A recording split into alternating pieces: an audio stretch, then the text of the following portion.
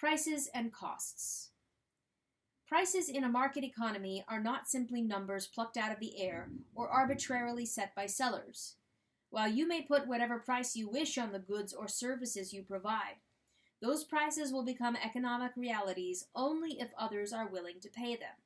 And that depends not on whatever prices you have chosen, but on how much consumers want what you offer, and on what prices other producers charge for the same goods and services.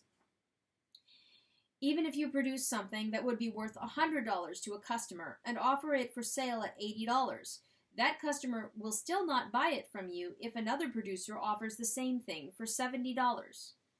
Obvious as all this may seem, its implications are not at all obvious to some people. Those who blame high prices on greed, for example, for that implies that a seller can set prices at will and make sales at those arbitrary prices. For example, a front-page newspaper story in the Arizona Republic began, "Greed drove metropolitan Phoenix's home prices and sales to new records in 2005. Fear is driving the market this year." This implies that lower prices meant less greed, rather than changed circumstances that reduced the seller's ability to charge the same prices as before and still make sales.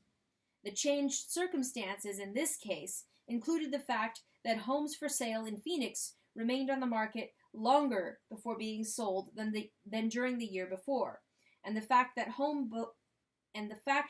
builders were struggling to sell even deeply discounted new homes. There was not the slightest indication that sellers were any less interested in getting as much money as they could for the houses they sold. That is, that they were any less greedy. Competition in the market is what limits how much anyone can charge and still make sales. So what is at issue is not anyone's disposition, whether greedy or not, but what the circumstances of the market cause to happen. A seller's feelings, whether greedy or not, tell us nothing about what the buyer will be willing to pay.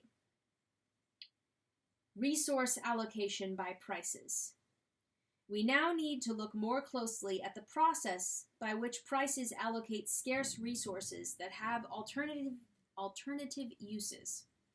The situation where the consumers want product A and don't want product B is the simplest example of how prices lead to efficiency in the use of scarce resources. But prices are equally important in more common and more complex situations, where consumers want both A and B as well as many other things, some of which require the same ingredients in their production. For example, consumers not only want cheese, they also want ice cream and yogurt, as well as other products made from milk. How do prices help the economy to determine how much milk should go to each of these products? In paying for cheese, ice cream, and yogurt, consumers are, in effect, also bidding indirectly for the milk from which these products are produced. In other words, money that comes in from the sales of these products is what enables the producers to again buy milk to use to continue making their respective products. When the demand for cheese goes up, the cheesemakers use their additional revenue to bid away some of the milk that before went into making ice cream or yogurt, in order to increase the output of their own product to meet the rising demand. When the cheesemakers demand more milk, this increased demand forces up the price of milk to everyone, including the producers of ice cream and yogurt. As the producers of these other products raise the prices of ice cream and yogurt to cover the higher cost of the milk that goes into them, consumers are likely to buy less of these other dairy products at these higher prices. How will each producer know just how much milk to buy? Obviously, they will only buy as much milk as will repay its higher cost from the higher prices of these dairy products. If consumers who buy ice cream are not as discouraged by rising prices as consumers of yogurt are, then very little of the additional milk that goes into making more cheese will come from a reduced production of ice cream, and more will come from a reduced production of yogurt. What this all means as a general principle is that the price which one producer is willing to pay for any given ingredient becomes the price that other producers are forced to pay for that same ingredient.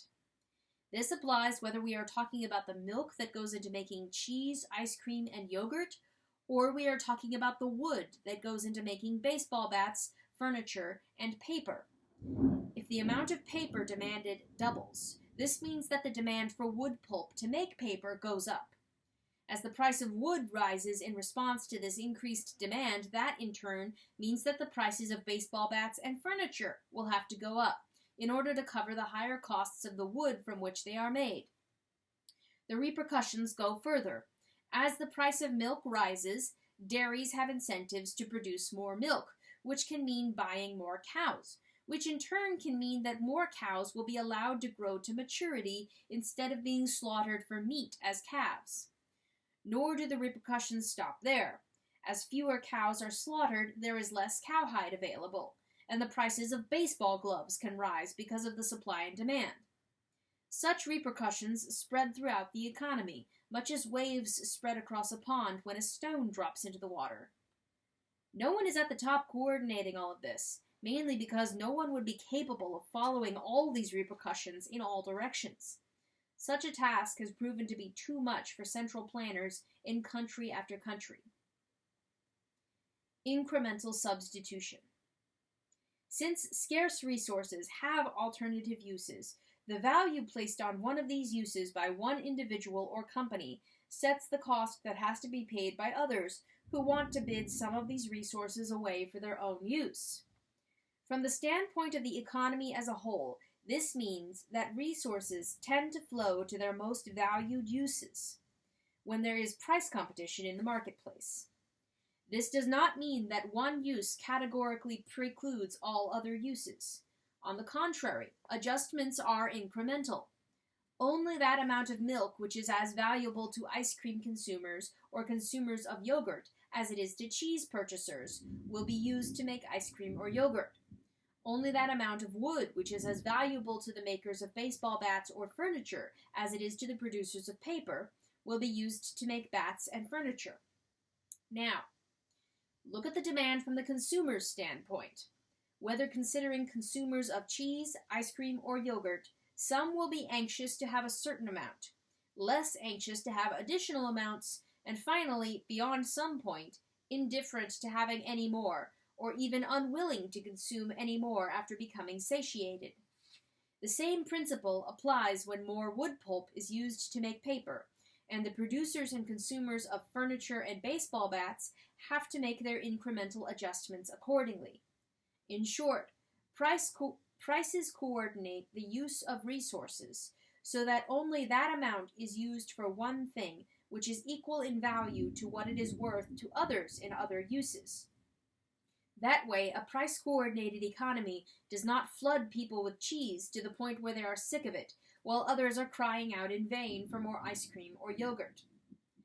Absurd as such a situation would be, it has happened many times in economies where prices are not used to allocate scarce resources. Pelts were not the only unsaleable goods that were piling up in Soviet warehouses while people were waiting in long lines trying to get other things which were in short supply. Footnote. A visitor to the Soviet Union in 1987 reported long lines of people still stood patiently for hours to buy things. On one street corner, people were waiting to buy tomatoes from a cardboard box, one to a customer, and outside a shop next to our hotel there was a line for 3 days, about which we learned that, on the day of our arrival, that shop had received a new shipment of men's undershirts. Midge Decter, An Old Wife's Tale, page 169. End footnote. The efficient allocation of scarce resources which have alternative uses is not just some abstract notion of economists. It determines how well or how badly millions of people live. Again, as in the example of beachfront property, prices convey an underlying reality. From the standpoint of society as a whole, the cost of anything is the value that it has in alternative uses. That cost is reflected in the market when the price that one individual is willing to pay becomes a cost that others are forced to pay in order to get a share of the same scarce resource or the products made from it.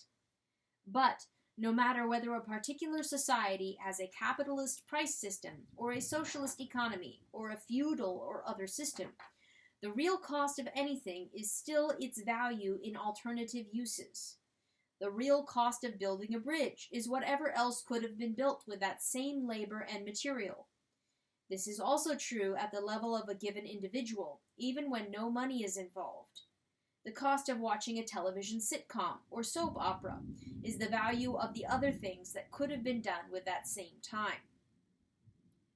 Economic systems. Different economic systems deal with this underlying reality in different ways and with different degrees of efficiency, but the underlying reality exists independently of whatever particular kind of economic system happens to exist in a given society. Once we recognize that, we can then compare how economic systems which use prices to force people to share scarce resources among themselves differ in efficiency from economic systems which determine such things by having kings, politicians, or bureaucrats issue orders saying who can get how much of what. During a brief era of greater openness in the last years of the Soviet Union, when people became more free to speak their minds, the two Soviet economists already mentioned wrote a book giving a very candid account of how their economy worked, and the book was later translated into English. Footnote: The Turning Point, Revitalizing the Soviet Economy. End footnote.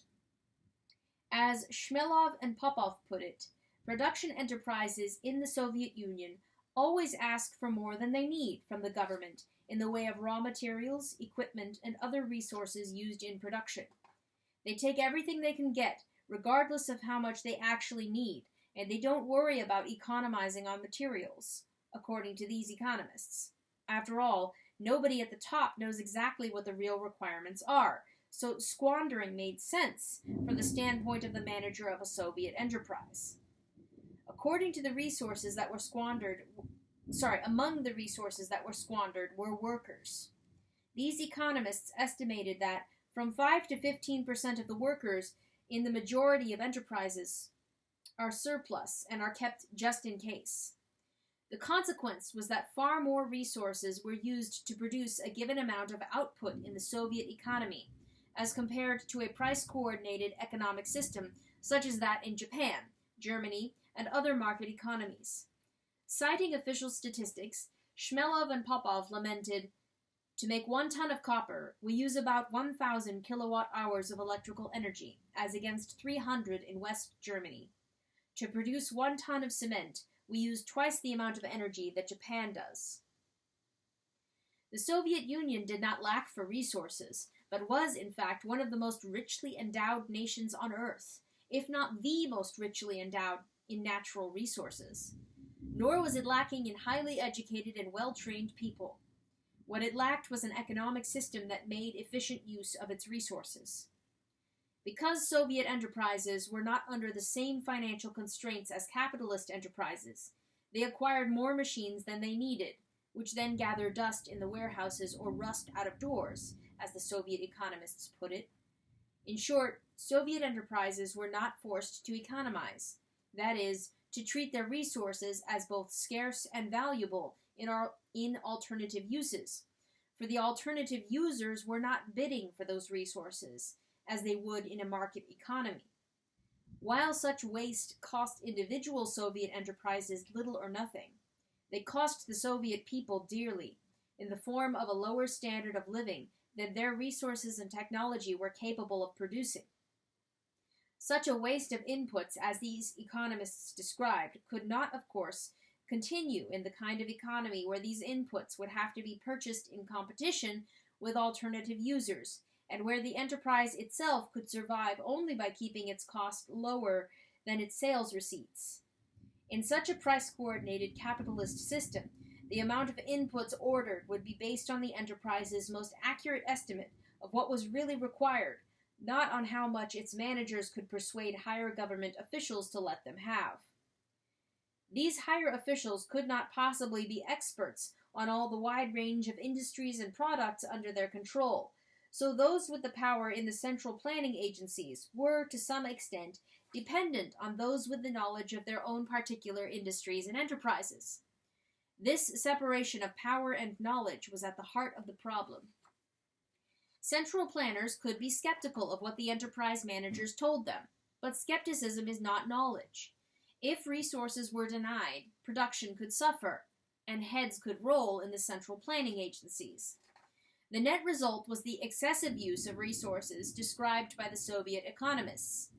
The contrast between the Soviet economy and the economies of Japan and Germany is just one of many that can be made between economic systems which use prices to allocate resources and those which have relied on political or bureaucratic control.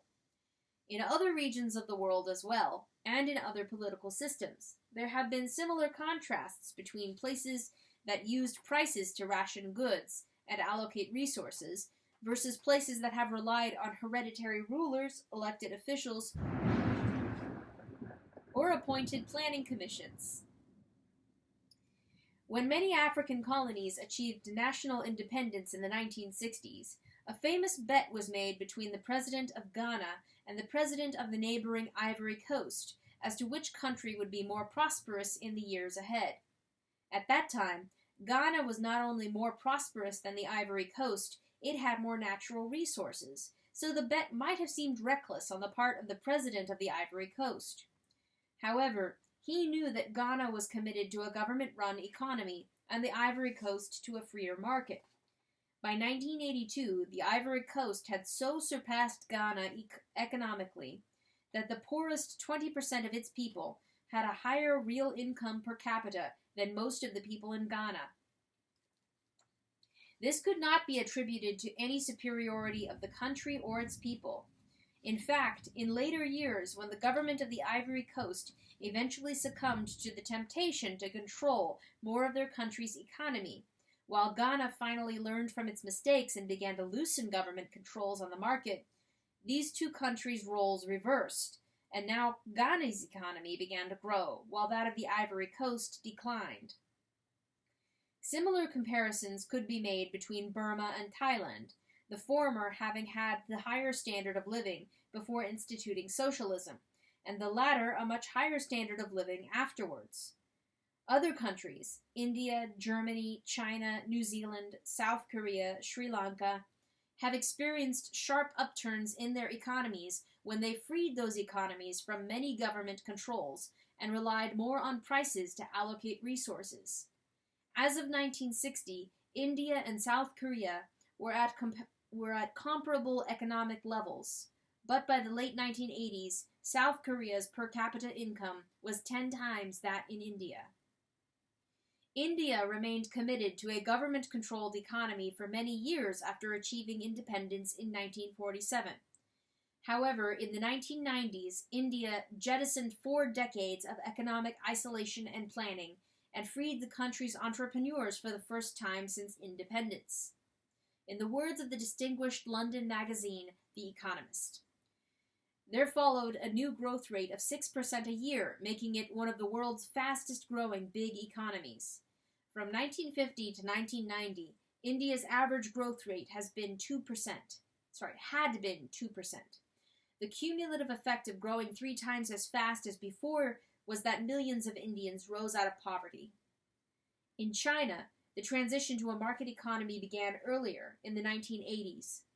Government controls were at first relaxed on an experimental basis in particular economic sectors and in particular geographic regions earlier than in others.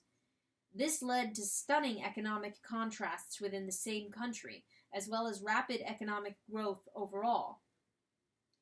Back in 1978, less than 10% of China's agricultural output was sold in open markets, instead of being turned over to the government for distribution.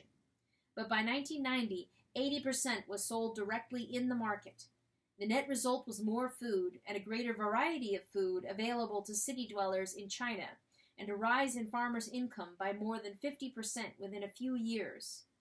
In contrast to China's severe economic problems when there was a heavy-handed government control under Mao, who died in 1976, the subsequent freeing up of prices in the marketplace led to an astonishing economic growth rate of 9% per year between 1978 and 1995. While history can tell us that such things happened, economics helps explain why they happened. What there is about prices that allows them to accomplish what political control of an economy can seldom match. There is more to economics than prices, but understanding how prices function is the foundation for understanding much of the rest of economics. A rationally planned economy sounds more plausible than an economy coordinated only by prices linking millions of separate decisions by individuals and organizations. Yet Soviet economists who saw the actual consequences of a centrally planned economy reached very different conclusions. Namely, there are far too many economic relationships, and it is impossible to take them all into account and coordinate them sensibly. Knowledge is one of the most scarce of all resources, and a pricing system economizes on its use by forcing those with the most knowledge of their own particular situation to make bids for goods and resources based on that knowledge, rather than on their ability to influence other people in planning commissions, legislatures, or royal palaces. However, much articulation may be valued by intellectuals. However much articulation may be valued by intellectuals, it is not nearly as efficient a way of conveying accurate information as confronting people with a need to put your money where your mouth is. That forces them to summon up their most accurate information, rather than their most plausible words. Human beings are going to make mistakes in any kind of economic system. The key question is, what kinds of incentives and constraints will force them to correct their own mistakes? In a price-coordinated economy, any producer who uses ingredients which are more valuable elsewhere in the economy is likely to discover that the cost of those ingredients cannot be repaid from what the consumers are willing to pay for the product. After all, the producer has had to bid those resources away from alternative users, paying more than the resources are worth to some of those alternative users. If it turns out that these resources are not more valuable in the uses to which this producer puts them, then he is going to lose money. There will be no choice but to discontinue making that product with those ingredients. For those producers who are too blind or too stubborn to change, continuing losses will force their business into bankruptcy, so the waste of resources available to the society will be stopped that way. This is why losses are just as important as profits, from the standpoint of the economy, even though losses are not nearly as popular with businesses.